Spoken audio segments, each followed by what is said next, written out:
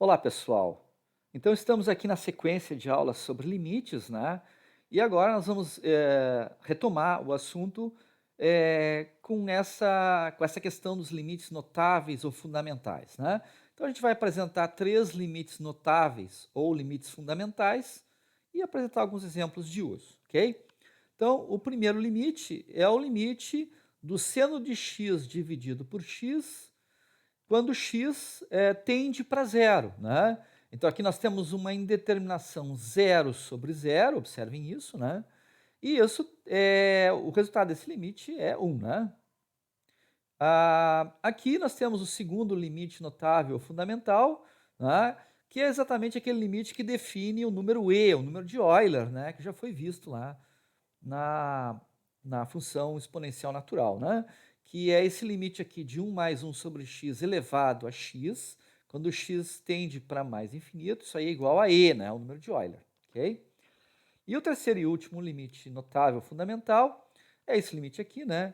É a elevado a x menos 1 dividido por x, quando x tende para zero, observe de novo, é uma indeterminação zero sobre zero, isso dá o logaritmo natural de a, desde que a seja diferente de 1, ok? Bem,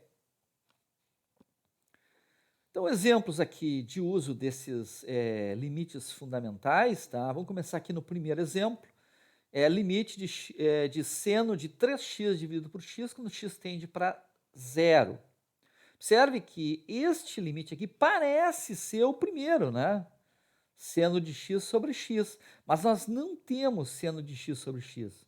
Nós temos seno de 3x sobre x. Não casa com aquele número 1. A gente tem que fazer esse casamento, né? Como é que a gente faz esse casamento? Através de uma transformação de variáveis. Nós vamos transformar 3x em u. E, portanto, x é u dividido por 3.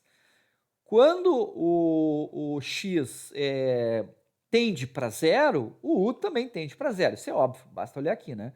3 vezes x, quando x tende a zero, 3 vezes x tende a zero, né?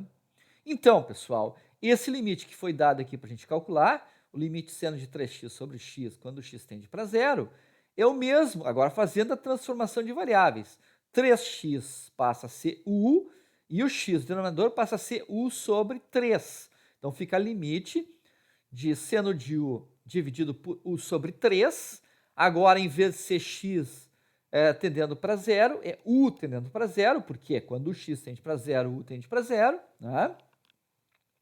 Portanto, agora, operando, então, aqui nós temos uma fração de fração, isso aqui resulta no limite de 3 seno de u sobre u, quando u tende para zero. O 3 é uma constante, pode sair para fora do limite, fica 3 vezes seno de u sobre u no limite, quando u tende, quando se aproxima de zero, né? Agora sim, isto aqui que nós temos aqui, ó, é o limite fundamental, só com a diferença que em vez de ser x, é u, mas dá na mesma, né? Então a gente sabe que isso aqui tende para 1, né? Tende para 1, ok? Então isso tende para 1, então fica 3 vezes 1, que é igual a 3. Vamos para o segundo exemplo, né? Usando esses limites fundamentais.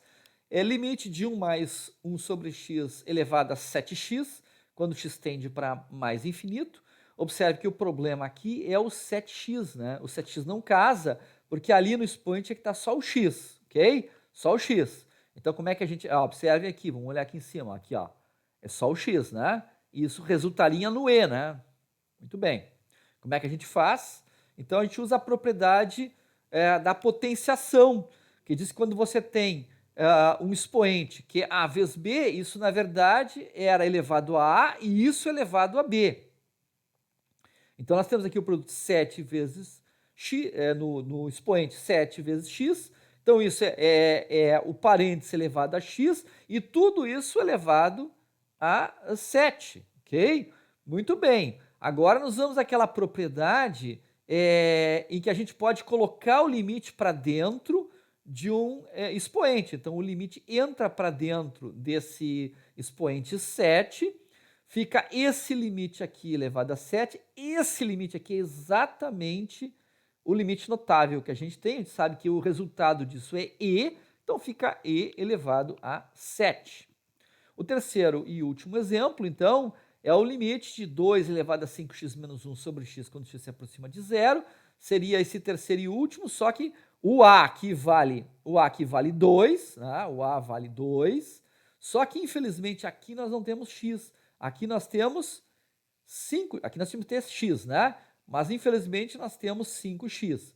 Nós temos que fazer de novo uma transformação de variáveis, né? Fazendo o 5x ser u, fica então 2 elevado a u menos 1 dividido por u dividido por 5, quando u tende para 0. Isso aqui, o 5 vai ir para cima multiplicando, vai sair para fora do limite, fica 5 vezes o limite de 2 elevado a u menos 1 dividido por u, com u tendendo para 0, né? E a gente sabe que esse limite aqui é o limite fundamental, só que, claro, em vez de ser x é u, mas isso dá o logaritmo natural de a, que é 2, né? Então fica 5 vezes o logaritmo natural de 2, ok? Muito bem. Então aqui agora a gente tem que definir limites infinitos e assíntotas verticais. A gente já trabalhou com essa questão, né? Em que esses limites infinitos é quando a gente, observe, que quando a gente fez a definição formal, tá? Algumas videoaulas atrás, de limites, tá? A gente definiu o limite como sendo limitado. O valor do limite era limitado, não podia ser infinito, era um L, né? Se lembram isso? Aqueles exemplos todos, sempre até agora, sempre foi as propriedades, tudo que a gente viu até agora, sempre o limite é limitado, é um L, né? Mas a gente já tinha trabalhado informalmente essa ideia de limites infinitos, assíntotas verticais, né? Que é o caso em que a gente, no caso que, por exemplo, a gente tem uma função com x se aproximando de a, resultando em mais infinito, né? O que isso significa? Que os valores de f de x ficam arbitrariamente grandes quando x se aproxima de a. E o outro caso é quando o limite vai para menos infinito, quando os valores de f de x ficam arbitrariamente grandes em módulo, porém negativos, né, quando x se aproxima de a. Né? Essa é vamos dizer assim, a extensão daquela definição em que eu tinha sempre o limite quando sendo um valor limitado L, né, um L real, agora então para limites infinitos. Não? Então limites infinitos é quando o valor do limite é mais ou é menos infinito. Né? Então, exemplos disso, né? Então, o primeiro exemplo é limite de 1 sobre x ao quadrado, quando x tende para zero, né? Isso resulta em mais infinito. Por quê? Basta olhar essa tabela aqui. O que acontece é que o denominador, que é x ao quadrado, está ficando cada vez, à medida que o x tende a zero, está ficando cada vez menor, se aproximando de zero.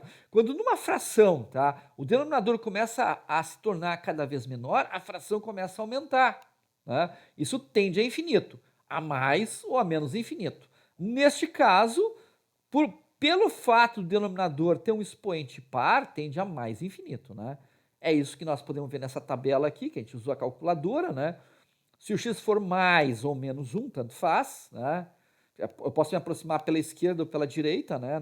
Naquele limite pontual. Né? Isso dá 1, mais ou menos 0,5. Olha que eu estou reduzindo o valor do x, estou me aproximando de 0. Dá 4. Mais menos 0,1 dá 100, mais menos 0,01 dá 10.000, mais menos 0,001 dá 1 milhão, né? Então, o valor de 1 sobre x ao quadrado, à medida que o x tende a zero, né, está se tornando, então, um valor cada vez maior, positivo, mais infinito. Vamos para o segundo caso. Nesse segundo caso, eu tenho o limite de 1 sobre x quando x se aproxima de zero. Então, de novo, o denominador o valor do denominador está se aproximando de zero, quer dizer, um valor cada vez menor, a fração é cada vez maior.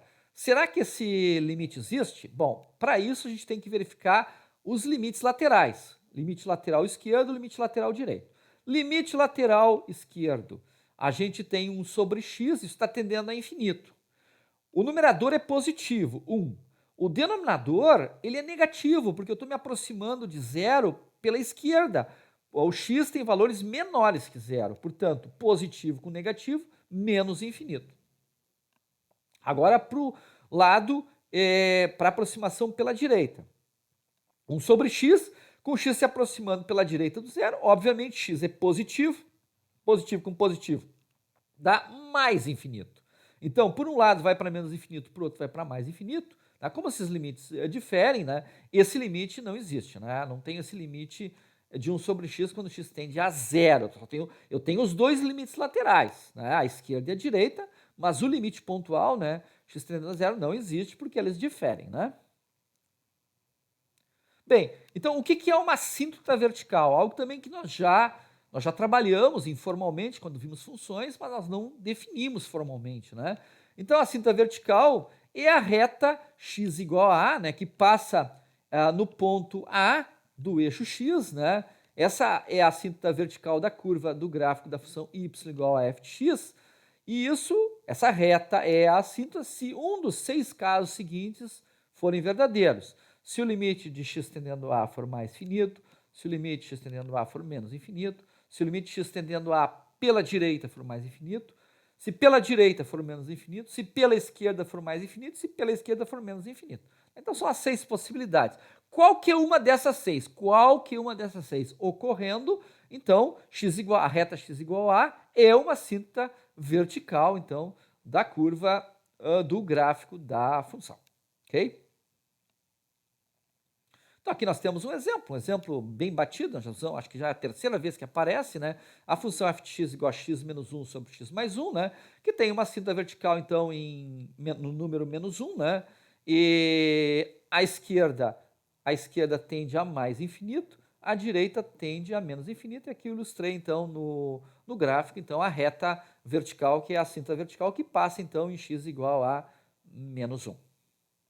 Vamos, por exemplo, B, a função que nós acabamos de ver, a função f de x igual a 1 sobre x ao quadrado, a gente já percebeu aqui, por esse limite que a gente calculou aqui, né?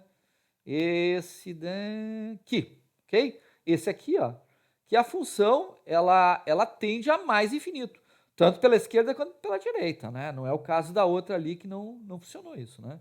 Então, ela tende, aqui no zero, ela tende para mais infinito, tanto pela esquerda quanto pela direita, né? Então, nós temos uma assíntota vertical sobre o eixo y, né? Em x igual a zero, ok?